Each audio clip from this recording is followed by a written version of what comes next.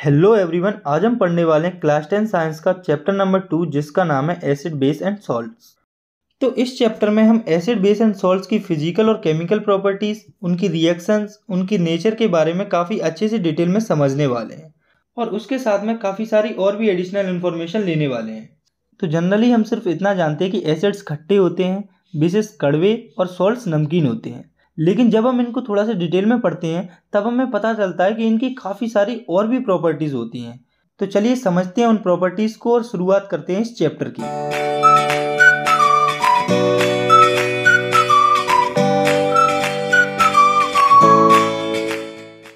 तो सबसे पहले हम समझते हैं एसिड्स के बारे में।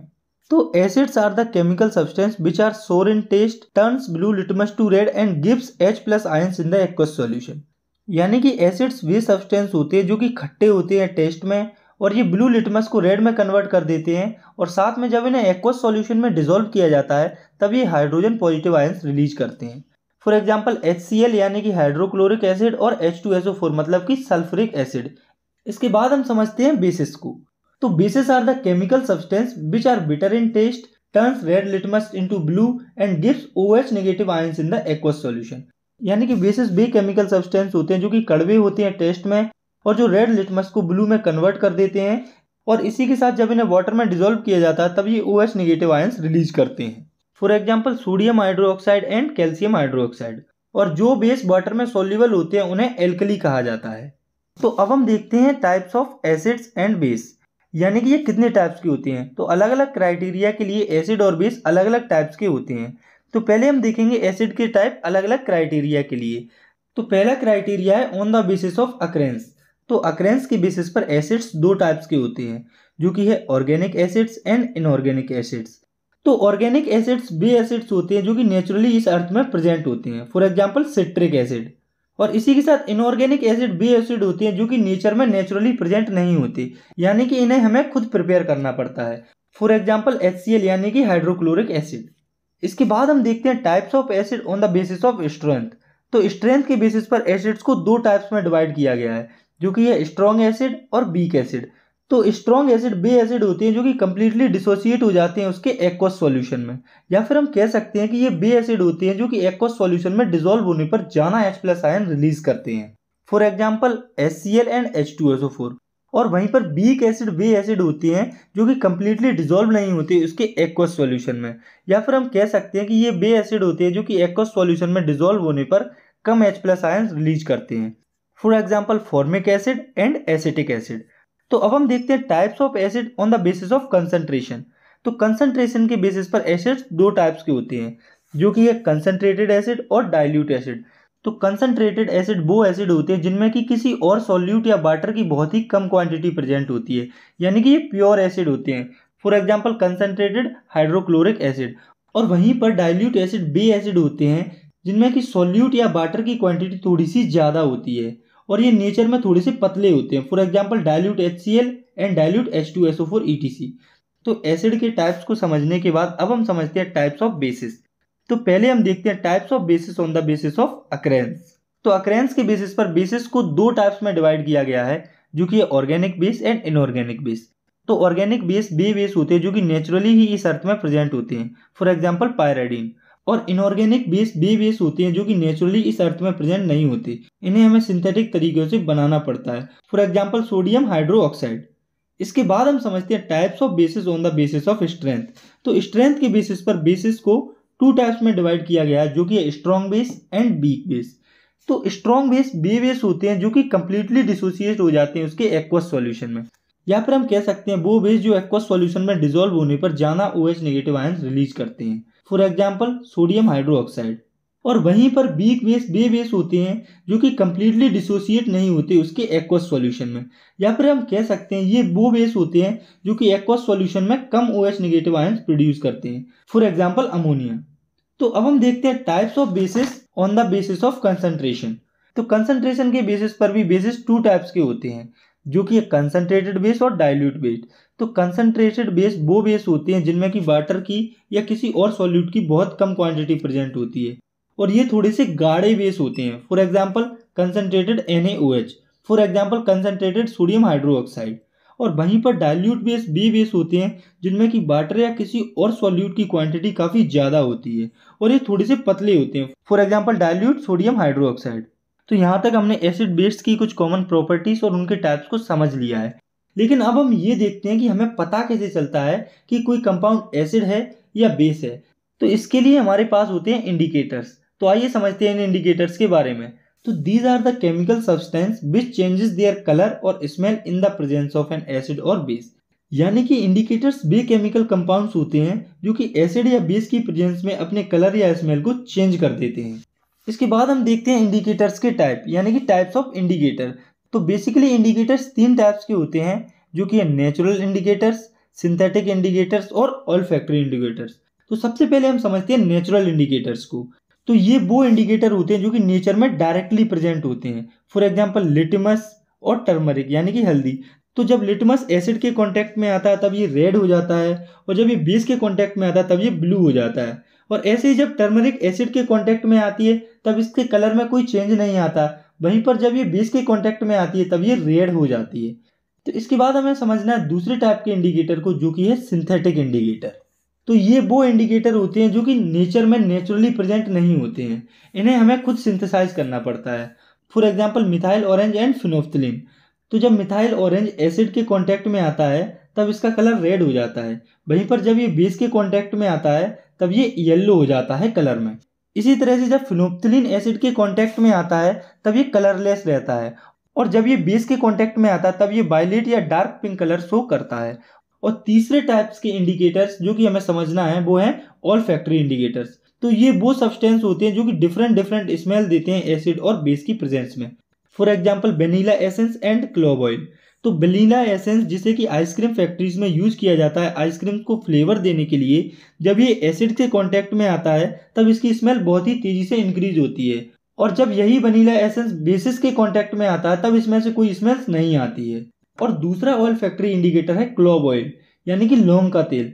जब ये क्लोव ऑयल एसिड के कांटेक्ट में आता है तब इसकी स्मेल इंक्रीज होती है।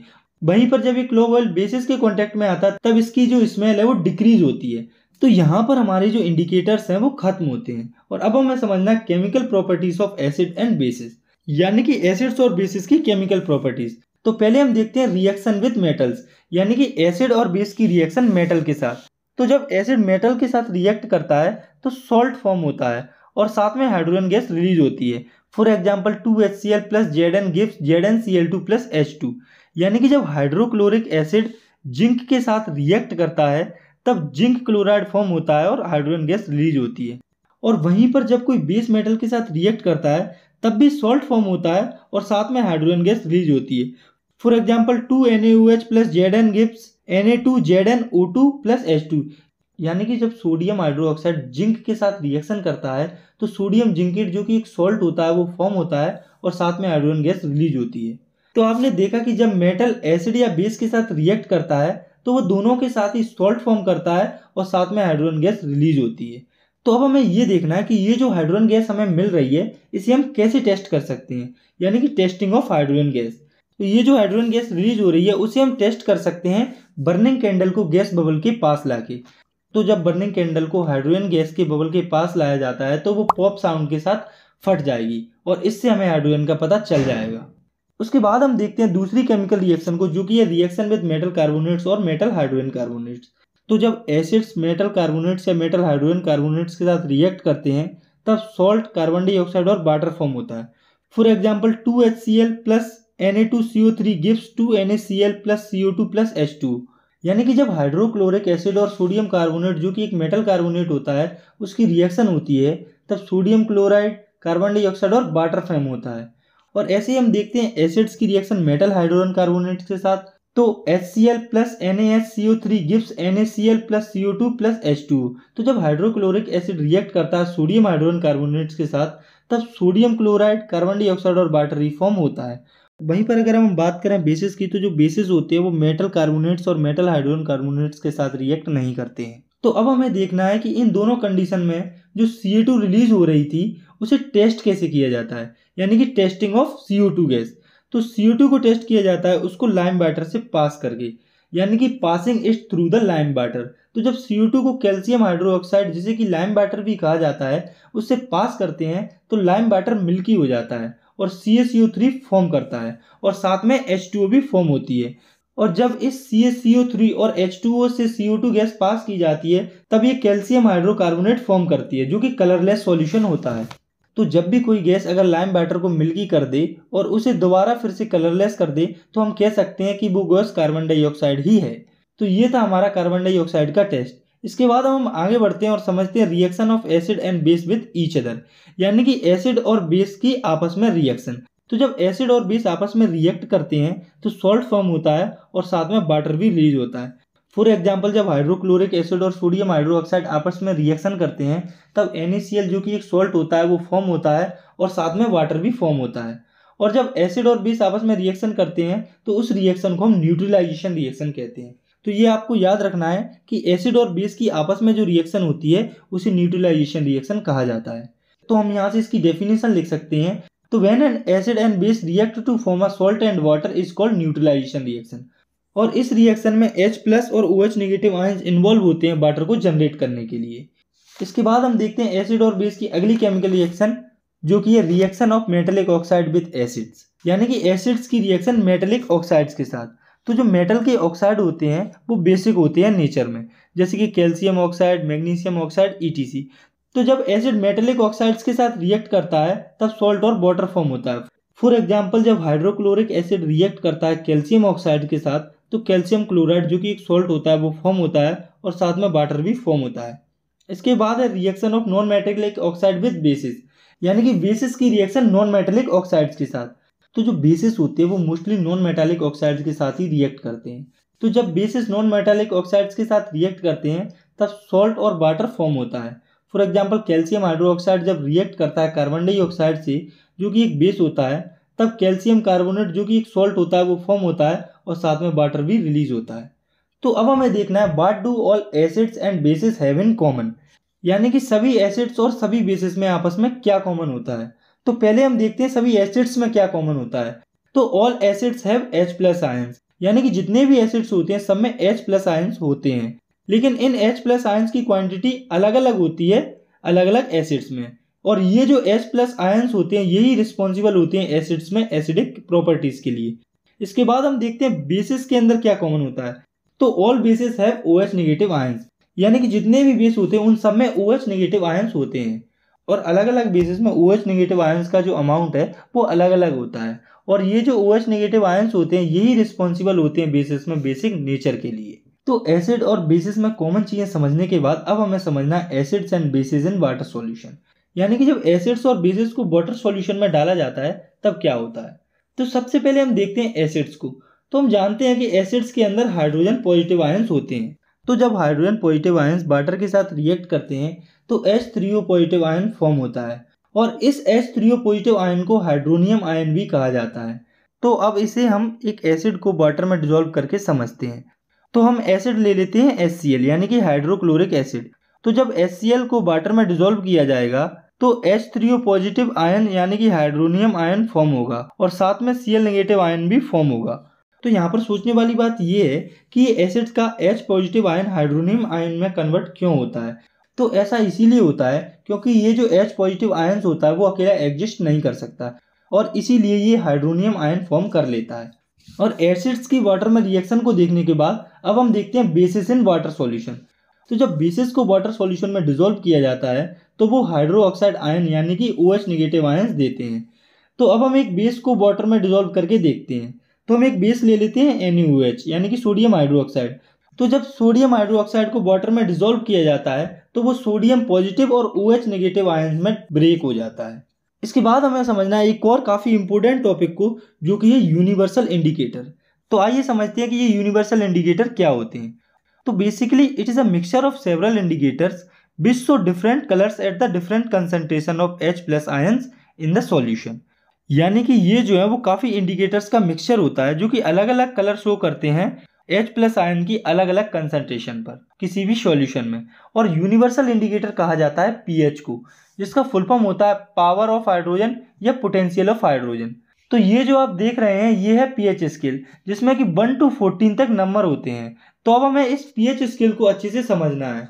तो अगर किसी सब्सटेंस की पीएच वैल्यू 7 से कम है तो वो सब्सटेंस एसिडिक होता है, और वहीं पर अगर किसी सब्सटेंस की पीएच वैल्यू 7 से ज़्यादा होती है तो उसे बेसिक कंसीडर किया जाता है, और अगर किसी सब्सटेंस की पीएच वैल्यू एग्जैक्ट 7 होती है तो उसे न्यूट्रल कंसीडर किया जाता है, जिसे हम साल्ट भी कहते हैं। तो यहाँ पर याद रखने वाली बात ये है कि किसी सब्सटेंस की पीएच वैल्यू जितनी ज़्यादा कम होगी वो उतना ज़्यादा एसिडिक होगा, और वो उतना ही ज़्यादा रेड कलर शो करेगा। इसका मतलब किसी भी सब्सटेंस की पीएच वैल्यू जितनी कम होगी वो सब्सटेंस उतना ही स्ट्रॉन्ग एसिड होगा, और ऐसे ही किसी सब्सटेंस की पीएच वैल्यू जितनी ज़्यादा होगी वो उतनी ज़्यादा बेसिक होगा, और वो ज़्यादा ब्लू डार्क कलर शो करेगा। इसका मतलब किसी सब्सटेंस की पीएच वैल्यू जितनी ज़्यादा होगी वो उतना ही ज़्यादा बेसिक होगा। तो अब मैं इसे आपको एक और सिंपल तरीके से समझाने वाला हूँ। तो आपको ये याद रखना है कि अगर किसी सब्सटेंस की पीएच वैल्यू 1 से 3 के बीच में आती है तो वो स्ट्रॉन्ग एसिड होगा और उसका कलर एकदम रेड होगा, और वहीं पर अगर किसी सब्सटेंस की पीएच वैल्यू 3 से 6 के बीच में होगी तो वो सब्सटेंस वीक एसिड होगा और वो थोड़ा सा ऑरेंज और येलोइश होगा कलर में। इसी के साथ अगर किसी सब्सटेंस की पीएच वैल्यू एग्जैक्ट 7 होगी तो इसका मतलब कि वो सब्सटेंस न्यूट्रल है और उसका कलर ग्रीन होगा। वहीं पर अगर किसी सब्सटेंस की पीएच वैल्यू 8 से 11 के बीच में होगी तो वो सब्सटेंस वीक बेसिड कंसीडर किया जाता है और उसका कलर नॉर्मल ब्लू होगा, और अगर किसी सब्सटेंस की पीएच वैल्यू 11 से 14 के बीच में होगी तो वो सब्सटेंस स्ट्रॉन्ग बेस कंसीडर किया जाएगा और उसका कलर वायलेट या फिर इंडिगो होगा। तो पीएच स्केल को अच्छे से समझने के बाद अब हम समझते हैं importance of pH in our daily life, यानी कि पीएच की हमें अपनी डेली लाइफ में क्या ज़रूरत पड़ती है। तो इसमें कि पहला है our body works effectively between the pH 7 to 7.8, मतलब कि हमारी जो ह्यूमन बॉडी होती है वो इफेक्टिवली वर्क करती है जब बॉडी की पीएच 7 से लेकर 7.8 के बीच में होती है, और अगर इस पीएच में कुछ चेंज आता है तो हमारी जो बॉडी है वो इफेक्टिवली काम नहीं करती। इसके बाद नेक्स्ट है pH of rain less than 5.6 called acid rain, यानी कि जब रेन वाटर का पीएच 5.6 से कम होता है तो उसे हम एसिड रेन कहते हैं। तो पीएच की हेल्प से हमें पता चल जाता है कि पर्टिकुलर वाटर कंटामिनेटेड यानी कि खराब है या नहीं। इसके बाद पीएच की तीसरी इंपॉर्टेंस है कि tooth decay starts when pH of mouth become less than 5.5, यानी कि जब हमारे माउथ की पीएच 5.5 से कम हो जाती है तो हमारे जो दांत होते हैं वो डिके होने लगते हैं, यानी कि खराब होने लगते हैं। तो पीएच की हेल्प से हम हमारे दांतों को डिके होने से प्रिवेंट कर सकते हैं। इसके बाद पीएच की चौथी इंपॉर्टेंस है कि plant need specific pH for their healthy growth, यानी कि हर एक जो प्लांट होता है उसको स्पेसिफिक पीएच चाहिए होती है ग्रो करने के लिए। तो हम पर्टिकुलर प्लांट की सॉइल या पीएच का पता लगाकर हम पर्टिकुलर प्लांट की अच्छी ग्रोथ करवा सकते हैं। तो एसिड्स, बेसिस और पीएच को अच्छी तरह से समझने के बाद अब हम समझते हैं इस चैप्टर के तीसरे पार्ट को, जो कि है सॉल्ट्स। तो आइए समझते हैं कि सॉल्ट्स क्या होते हैं। तो salt is an ionic compound formed by the neutralization reaction, मतलब कि सॉल्ट एक आयोनिक कंपाउंड होता है जो कि न्यूट्रलाइजेशन रिएक्शन से फॉर्म होता है, और न्यूट्रलाइजेशन रिएक्शन के बारे में हम पहले ही पढ़ चुके हैं। चलिए एक बार इसे और देख लेते हैं। तो जब एसिड और बेस की आपस में रिएक्शन होती है तो सॉल्ट और वाटर फॉर्म होता है। For example HCl plus NaOH gives NaCl plus H2O। तो यहाँ पर जब एसिड और बेस की रिएक्शन हुई तो NaCl जो कि एक सॉल्ट है और वाटर फॉर्म हुआ, और ये जो NaCl होता है इसी को कॉमन सॉल्ट कहा जाता है जो कि किचन में यूज किया जाता है। ऐसे ही काफ़ी सारे और भी सॉल्ट होते हैं जैसे कि potassium chloride, calcium chloride etcetera. इसके बाद हमें समझना है केमिकल फॉर्म सॉल्ट्स, यानी कि सॉल्ट्स के केमिकल। तो ये जो आपको लिस्ट दिख रही है ये है सॉल्ट्स के केमिकल, जिसमें कि ये sodium hydroxide, bleaching powder, baking soda, washing soda और प्लास्टर ऑफ पेरिस। तो चलिए अब हम एक एक करके इनको अच्छे से समझ लेते हैं। तो शुरुआत करते हैं सोडियम हाइड्रोक्साइड से। तो जो सोडियम हाइड्रोक्साइड होता है इसे कॉस्टिक सोडा भी कहा जाता है और इसका केमिकल फॉर्मूला होता है NaOH। तो जब NaCl के एक्वस सॉल्यूशन से इलेक्ट्रिसिटी को पास किया जाता है तो वो डिकम्पोज हो जाता है सोडियम ऑक्साइड या कास्टिक सोडा को फॉर्म करने के लिए। तो ये जो आपको दिख रही है ये कॉस्टिक सोडा की फॉर्मेशन रिएक्शन है। तो जब सोडियम क्लोराइड और वाटर में से इलेक्ट्रिसिटी पास की जाती है तब कॉस्टिक सोडा फॉर्म होता है और साथ में HCl भी बनता है। तो कॉस्टिक सोडा की फॉर्मेशन को समझने के बाद अब हम समझते हैं कॉस्टिक सोडा के यूजेस को।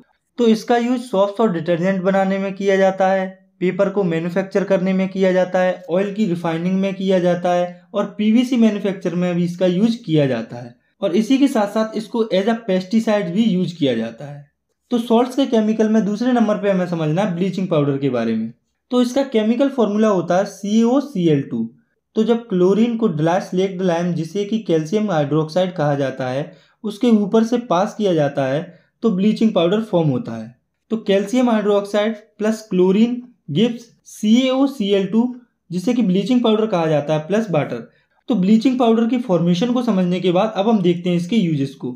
तो इसको क्लॉथ फैक्ट्रीज में कॉटन और लाइनन को ब्लीच करने के लिए यूज किया जाता है, पेपर फैक्ट्रीज में इसका यूज किया जाता है, वुड पल्प को ब्लीच करने में इसका यूज किया जाता है, इसको एज ए ऑक्सीडाइजिंग एजेंट भी यूज किया जाता है केमिकल इंडस्ट्रीज में, और इसको एज ए डिसइंफेक्टेंट भी यूज किया जाता है ड्रिंकिंग वाटर में, क्योंकि ये ड्रिंकिंग वाटर को इन्फेक्ट होने से प्रिवेंट करता है। इसके बाद हमें समझना सॉल्ट्स के तीसरे कंपाउंड को, जिसका नाम है बेकिंग सोडा, जिसका केमिकल फॉर्मूला होता है NaSCO3 यानी कि सोडियम हाइड्रोजन कार्बोनेट। तो अब हम देखते हैं कि ये फॉर्म कैसे होता है। तो जब सॉल्ट, वाटर और कार्बन डाइऑक्साइड की रिएक्शन होती है अमोनिया के साथ, तब सोडियम हाइड्रोजन कार्बोनेट फॉर्म होता है और साथ में अमोनियम क्लोराइड भी फॉर्म होता है। तो चलिए अब हम इस रिएक्शन को देख लेते हैं। तो NaCl plus H2O plus CO2 plus NH4 gives NH4Cl plus NaSCO3। तो अब हम देखते हैं बेकिंग सोडा की कुछ प्रॉपर्टीज को। तो ये जो है वो काफ़ी सॉफ्ट होता है और इसका मेल्टिंग पॉइंट होता है 50 डिग्री सेल्सियस, और ये बेसिक होता है नेचर में। इसी के साथ ये नॉन करोसिव भी होता है, यानी कि ये काफ़ी लंबे समय तक खराब नहीं होता। और जब इसे कुकिंग के टाइम पर हीट किया जाता है तब ये सोडियम कार्बोनेट, वाटर और CO2 में डिकम्पोज हो जाता है। तो ये तो थी बेकिंग सोडा की कुछ प्रॉपर्टीज। तो अब हम नज़र डालते हैं इसके कुछ यूजेस पर। तो it is used in making cold drinks, यानी कि इसे कोल्ड ड्रिंक्स बनाने में यूज किया जाता है। और इनका दूसरा यूज है, it is used in the manufacturing of fire extinguisher, यानी कि फायर एक्सटेंजर्स बनाने में भी इसका यूज किया जाता है। इसका तीसरा यूज है, it is used as antacid. तो हम जानते हैं कि बेकिंग सोडा बेसिक नेचर का होता है, तो इसीलिए इसको एसिड के इफेक्ट को न्यूट्रलाइज करने के लिए भी एज अ एंटासिड यूज किया जाता है। और इसका चौथा यूज है, it is used for making baking powder, यानी कि जो बेकिंग सोडा होता है उसका यूज बेकिंग पाउडर बनाने के लिए होता है। तो अब हम ये देखते हैं कि बेकिंग सोडा बेकिंग पाउडर में कैसे कन्वर्ट होता है। तो जब बेकिंग सोडा में टार्टरिक एसिड को ऐड किया जाता है तो वो बेकिंग पाउडर में कन्वर्ट हो जाता है, और ये जो बेकिंग पाउडर होता है वो ब्रेड्स और केक्स को सॉफ्ट और स्पॉन्जी बनाने के लिए यूज होता है। तो इसके बाद हमें समझना सॉल्ट के चौथे केमिकल को, जो कि है वॉशिंग सोडा। तो इसका केमिकल फॉर्मूला होता है Na2CO3 10H2, यानी कि sodium carbonate with 10 molecules of water. तो चलिए अब हम इसकी फॉर्मेशन को समझ लेते हैं। तो इसके लिए आपको थोड़ा सा पीछे जाना पड़ेगा। तो अभी हमने पढ़ा था जब बेकिंग सोडा को हीट किया जाता है कुकिंग के टाइम पर, तो सोडियम कार्बोनेट, वाटर और CO2 फॉर्म होता है। तो ये जो वॉशिंग सोडा होता है वो इसी प्रोसेस को फर्दर कंटिन्यू करने से फॉर्म होता है। तो ये जो सोडियम कार्बोनेट यहाँ पर बना है, इसमें वाटर के 10 मॉलिक्यूल्स ऐड कर दिए जाते हैं, तब जाकर वॉशिंग सोडा फॉर्म होता है। तो इसके बाद हमें देखना है वॉशिंग सोडा के कुछ यूजेस को। तो it is used in glass, soap and paper industries, यानी कि इसका इस्तेमाल ग्लास, सॉप और पेपर इंडस्ट्रीज में किया जाता है उन्हें मैन्युफैक्चर करने के लिए। It is also used as cleaning agent in the houses, यानी कि घरों की साफ सफाई करने में भी इसका यूज किया जाता है। और इसका सबसे इंपॉर्टेंट रोल है, it is used for removing hardness of water, यानी कि ये जो है वो वाटर की हार्डनेस को रिमूव करता है और उसे सॉफ्ट बनाता है। इसके बाद हमें समझना है पांचवें सॉल्ट फॉर्म केमिकल और इस चैप्टर के आखिरी कंपाउंड को, जो कि है प्लास्टर ऑफ पेरिस, जिसे कि कॉमन लैंग्वेज में POP भी कहा जाता है। तो चलिए अब हम इसकी प्रिपरेशन को देख लेते हैं। तो जब हम जिप्सम को 100 डिग्री सेल्सियस पर हीट करते हैं तो वो अपने वाटर मॉलिक्यूल्स को लूज कर देता है और प्लास्टर ऑफ पेरिस में कन्वर्ट हो जाता है। आप यहाँ पर देखिए CaSO4 जो कि जिप्सम होता है, जब इसे 100 डिग्री सेल्सियस पर हीट किया जाता है तो ये अपना 1.5 H2O मॉलिक्यूल लूज कर देता है और POP में कन्वर्ट हो जाता है। और अगर इसी POP में जब हम वाटर ऐड कर देते तो ये दोबारा जिप्सम में कन्वर्ट हो जाता है। तो ये तो थी POP की फॉर्मेशन। तो अब हम देखते हैं इसके कुछ यूजेस को। तो इसका पहला यूज है फॉर मेकिंग सरफेस स्मूथ। तो इसका इस्तेमाल घरों की जो सरफेस होती है उसे स्मूथ बनाने के लिए किया जाता है। तो आपने कई घरों में देखा होगा कि घरों की दीवारों को स्मूथ बनाने के लिए इसका यूज किया जाता है। इसका दूसरा यूज है for making toys and decoration materials, यानी कि खिलौने बनाने के लिए और डेकोरेशन का सामान बनाने के लिए भी इसका यूज किया जाता है। और इसका तीसरा यूज है in hospital to support fractured bones. तो आपने कई बार देखा होगा जब किसी का हाथ पैर या कुछ और फ्रैक्चर हो जाता है तो डॉक्टर उस फ्रैक्चर्ड बोन को POP की हेल्प से ही सेटल करता है। तो इसी के साथ हमारा जो चैप्टर है वो खत्म होता है। आई होप आपको अच्छी समझ में आया होगा। अगर वीडियो पसंद आई है तो आप इसे लाइक कर सकते हैं और क्लास 10 साइंस की ऐसी ही वीडियोस के लिए चैनल को सब्सक्राइब भी कर सकते हैं। तब तक के लिए thanks for watching, take care, bye bye.